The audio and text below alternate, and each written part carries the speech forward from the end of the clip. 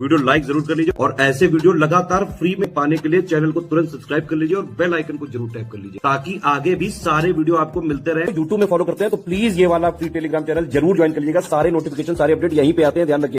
Hello everyone, welcome to ROA by study for civil services. Myself Alka Pandey. तो दोस्तों, इस video में हम पढ़ रहे हैं इंडियन पॉलिटी और आज हम देखेंगे स्टेट लेजिस्लेचर के बारे में। तो सबसे पहले अगर बात करें तो ये स्टेट लेजिस्लेचर के बारे में हमारे कॉन्स्टिट्यूशन में कहाँ पर मेंशन है, तो पार्ट 6, ठीक है। पार्ट 6 में आर्टिकल 168 से लेकर के 212, ठीक है, ये स्टेट लेजिस्लेचर से रिलेटेड है। इसमें constitution deal with organisation, composition, duration, officers, procedure, privileges, powers and so on of the state legislature, ठीक है। Part 6 of the constitution and article 168 to 212।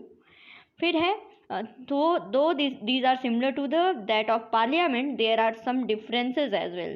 जो कि स्टेट लेजिस्लेचर जो है वो पार्लियामेंट के सिमिलर होता है, लेकिन हाँ पार्ट्स में इन सब चीज़ों में कुछ डिफरेंसेस है जिनको हम आगे देखेंगे। जैसे वो सेंट्रल लेवल पे काम करता है, ये स्टेट लेवल पे काम करता है।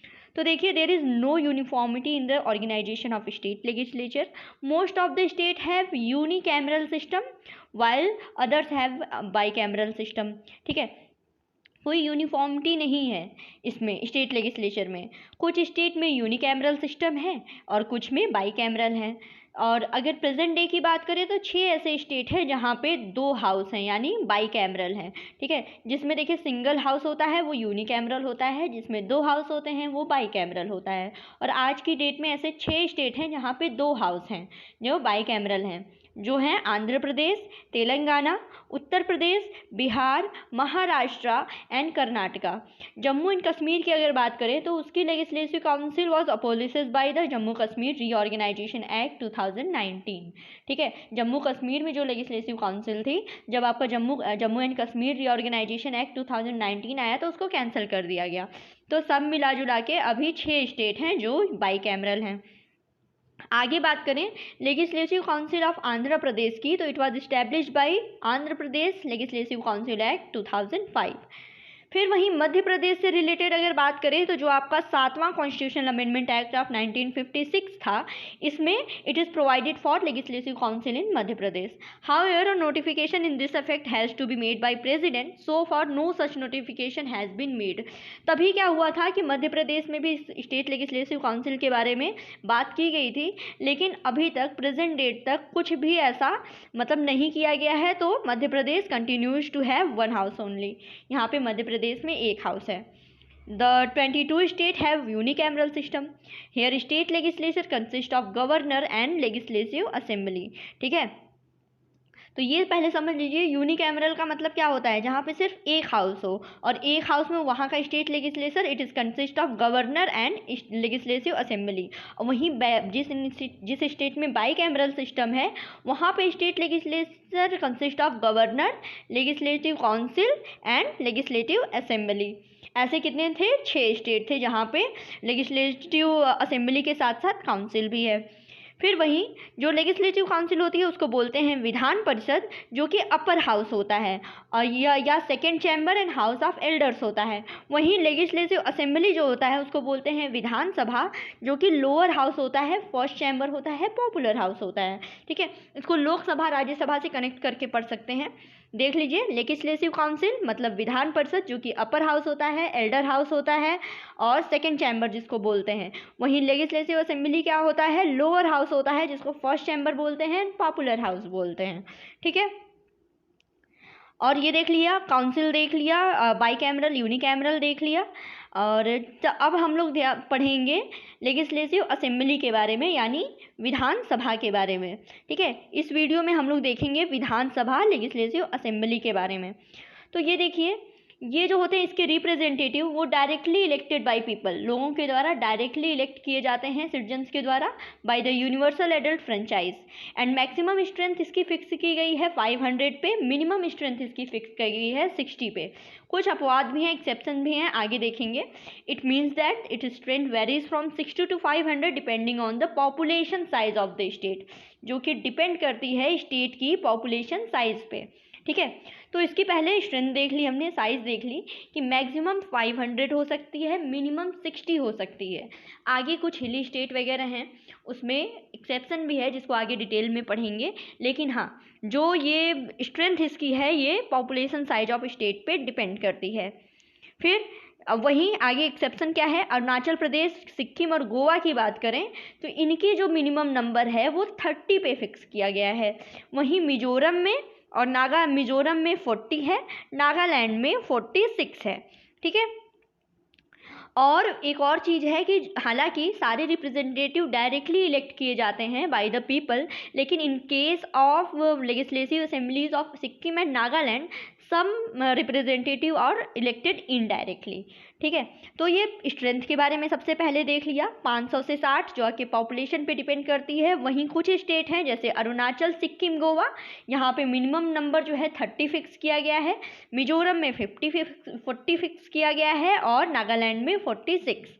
ठीक है। अब कुछ आर्टिकल देख लेते हैं। अकॉर्डिंग टू आर्टिकल 168 आर्टिकल काफ़ी इंपॉर्टेंट है। Legislature of a state consist of governor, legislative assembly and legislative council. Currently Andhra Pradesh, Bihar, Maharashtra, Karnataka, Telangana, Jammu Kashmir and Uttar Pradesh है bicameral legislature. Bicameral legislature का मतलब देख लिया था, गवर्नर, ठीक है, legislative assembly and legislative council. ठीक है। फिर अगला नेक्स्ट इंपॉर्टेंट आर्टिकल है 168 के बाद 169। Parliament has power to establish and abolish legislative council. ठीक है। लेजिस्लेटिव काउंसिल को इस्टेब्लिश करना, अबोलिश करना, कंप्लीट पावर जो है वो पार्लियामेंट के पास है। फिर है election commission of India conducts election to the state legislative assemblies. ठीक है। ये देखिए इलेक्शन कमीशन ऑफ इंडिया ही कंडक्ट कराता है स्टेट लेजिस्लेटिव असेंबली का इलेक्शन। फिर है आर्टिकल 170 सब क्लॉज 2 क्या बोलता है कि the number of members of the state legislative assembly depends on the population of that state. ठीक है। जो नंबर जो फिक्स किया गया है 60 से लेकर के 500 या फिर कुछ पर्टिकुलर स्टेट में 30, 40, 46, ये क्या है, ये depends on the population of that state, उस स्टेट की पॉपुलेशन पे डिपेंड करता है। जैसे कुछ स्टेट हैं जो आपके सिक्किम, गोवा वगैरह, इनका as a compare to Uttar Pradesh, Madhya Pradesh, यहाँ पे पॉपुलेशन कम है। दैट्स वाई यहाँ पे जो लेजिस्लेटिव असेंबली की सीट्स हैं, नंबर हैं, मेंबर्स हैं, वो कम होंगे। ठीक है। तो ये सारी चीज़ें लिखी गई हैं आर्टिकल 170 सब क्लॉज 2 में। फिर है the speaker of legislative assembly, there is an equal number of votes in favour and opposition of any question, then he exercises the casting vote. Casting vote क्या होता है, मान लीजिए किसी क्वेश्चन पर उसके फेवर में एंड अपोजिशन पे नंबर ऑफ जो वोट हैं वो अगर इक्वल हों तो जो लेजिस्लेटिव असेंबली का स्पीकर होगा उसका जो वोट होगा वो डिसाइडिंग वोट होगा, कास्टिंग वोट होगा। ठीक है। And the speaker of legislative assembly establishes contact between house and governor. फिर है और इसके अब्सेंस में अगर स्पीकर अब्सेंस रहे तो उसका फंक्शन जो है वो वाइस प्रेसिडेंट जो है वो करता है। ठीक है। फिर है according to 84th constitutional amendment act of 2002, 84 constitutional amendment जो 2002 आया है उसमें बोला गया कि the number of state legislature will remain same till 2026। 2026 तक जितने भी स्टेट लेजिस्लेचर के नंबर है वो सेम रहेंगे, उसमें कोई परिवर्तन नहीं होगा। ये बोला गया है 84th कॉन्स्टिट्यूशनल अमेंडमेंट ऑफ 2002 में। ठीक है। फिर जो पॉपुलेशन रेशियो होगा 2026 के बाद पॉपुलेशन रेशियो के बेसिस पे स्टेट लेजिस्लेचर के नंबर में चेंजेस किए जा सकते हैं, तब तक 2026 के लिए फिक्स है। फिर है जो पुडुचेरी और दिल्ली है, they are 2 union territories with legislative assemblies. फिर है वहीं क्वालिफिकेशन की अगर बात करें तो qualification of membership of state legislative assembly under article 173। Article पहले तो 173 में क्या है, मेंबरशिप की क्वालिफिकेशन है LA की। ठीक है। He should be citizen of India, he should be at least 25 years of age. ठीक है। लेजिस्लेटिव असेंबली में 25 ईयर्स ऑफ एज होता है, वहीं लेजिस्लेटिव काउंसिल में क्या होता है, 30 होता है। ठीक है। आगे उसके बारे में भी नेक्स्ट वीडियो में हम पढ़ेंगे, काउंसिल के बारे में भी। अभी असेंबली देख लीजिए। Under article 332 there is a provision for reservation of seat in legislative assembly for schedule caste and schedule tribes on the basis of population. Article 332 में बोला गया है यहाँ पे, इसमें रिजर्वेशन के बारे में SC SC कास्ट के लिए on the basis of population reservation बताया गया है आर्टिकल 332 में। फिर है power and function of speaker of the legislative assembly are same as that of the speaker of Lok Sabha. जो कि स्पीकर ऑफ लोकसभा के पावर्स एंड फंक्शन होते हैं वही लेजिस्लेटिव असेंबली के स्पीकर के होते हैं, ठीक है।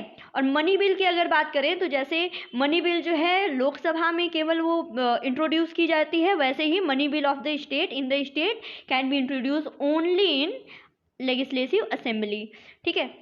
और according to article 198 sub clause 1 of the constitution money bill shall not be introduce of in the legislative council. वही चीज़ें हैं, रिलेट कीजिए, जैसे मनी बिल सिर्फ लोकसभा में, उसी तरह स्टेट में भी मनी बिल सिर्फ लेजिस्लेटिव असेंबली में, ठीक है। आगे आप बात करें स्टेट लेजिस्लेचर के, स्टेट लेजिस्लेचर में क्या क्या इंक्लूड है, ये आर्टिकल 168 में बताया गया है। सबसे पहले तो गवर्नर, दूसरा LA यानी लेजिस्लेटिव असेंबली, तीसरा legislative council where it exist, यानी उन 6 स्टेट की, ठीक है। आगे अगर बात करें तो work of preparing the state budget is done by finance minister and the official of concern ministry, ये सबको पता है। फिर है बजट की अगर बात करें, आगे देखते हैं, if the budget is open before the presentation of the legislature then finance minister will have resign the post taking personal responsibility, और जो उससे रिलेटेड पनिशमेंट है उसके प्रोविज़न दिए गए हैं ऑफिशियल सेक्रेट एक्ट 1923 में, ठीक है। बजट की बात करें अगर तो बजट देखिए फाइनेंस मिनिस्ट्री और उससे रिलेटेड मिनिस्ट्री के द्वारा जारी किया जाता है। अगर क्या होता है कि बजट जो है लेजिस्लेचर में प्रेजेंटेशन से पहले ही खुल जाता है तो फाइनेंस मिनिस्ट्री उसकी पर्सनल रिस्पॉन्सिबिलिटी लेते हुए रिज़ाइन करेगा, और इससे रिलेटेड जो पनिशमेंट है वो आपके ऑफिशियल सीक्रेट एक्ट 1923 में दी गई है। फिर आर्टिकल 207 सब क्लॉज 1 की अगर बात करें, no money bill containing the provisions of part A to F article 199 sub clause 1 be introduced in legislative assembly without recommendation of governor of state concerned, ठीक है। इसमें स्टेट के फाइनेंस, उसमें बजट से, फाइनेंस बिल से, money bill से related जो governor की रिकमेंडेशन है उससे रिलेटेड बताया गया है। फिर है under article 197 of the constitution state council can stop a bill, यानी एक ऑर्डिनरी बिल को स्टेट काउंसिल जो है वो रोक सकता है other than a money bill about 3 months in the first and 1 month, thus is totaling 4 months if it is passed again by assembly, and money bill have to be returned to the legislative council within period of 14 days। यानी जो अगर ordinary bill है कोई उसके लिए 4 महीने और money bill के लिए 14 डेज, ये फाउंडेशन है, ठीक है। ये बताया गया है आर्टिकल 197 में। फिर है state council was also arrange the Madhya Pradesh by 7th constitutional amendment act 1956 but it could not be brought into existence. जैसा कि बताया था मध्य प्रदेश से रिलेटेड लेजिस्लेटिव काउंसिल के बारे में 7th कॉन्स्टिट्यूशनल अमेंडमेंट एक्ट 1956 में बात की गई थी, लेकिन अभी तक जो है जो मध्य प्रदेश है वो यूनी कैमरल वहाँ पे सिस्टम है, बाई कैमरल सिस्टम नहीं आया हुआ है। लोकसभा राज्यसभा की अगर बात, लोकसभा और स्टेट लेजिस्लेटिव असेंबली, ठीक है, ये डिज़ोल्व हो सकते हैं बट कांट बी अबॉलिश्ड, ये याद रखिएगा, एग्जाम में बहुत बार पूछा जाता है। Lok Sabha and state legislative assemblies can be dissolve but can not be abolished, and Rajya Sabha can neither be dissolve nor abolish. Rajya Sabha कुछ नहीं, ना वो डिज़ोल्व हो सकती है ना अबॉलिश हो सकती है। लोकसभा और स्टेट लेजिस्लेटिव असेंबली में क्या है, डिज़ोल्व तो हो सकती है लेकिन अबॉलिश नहीं हो सकती। वहीं स्टेट लेजिस्लेटिव काउंसिल की अगर बात करें तो ये डिज़ोल्व नहीं हो सकती, but under the article 169 they can be abolish by parliament if a resolution pass by state assembly of the concern state with a special majority, ठीक है। वहीं स्टेट लेजिस्लेटिव काउंसिल के से रिलेटेड क्या है कि डिज़ोल्व नहीं हो सकती, लेकिन हाँ पार्लियामेंट इसको अबॉलिश कर सकता है अगर उस काउंसिल से रिलेटेड असेंबली के द्वारा उस पर्टिकुलर स्टेट के असेंबली के द्वारा स्पेशल मेजॉरिटी से रिजोल्यूशन पास किया जाए तो। ठीक है, तो ये क्लियर हो गया ना।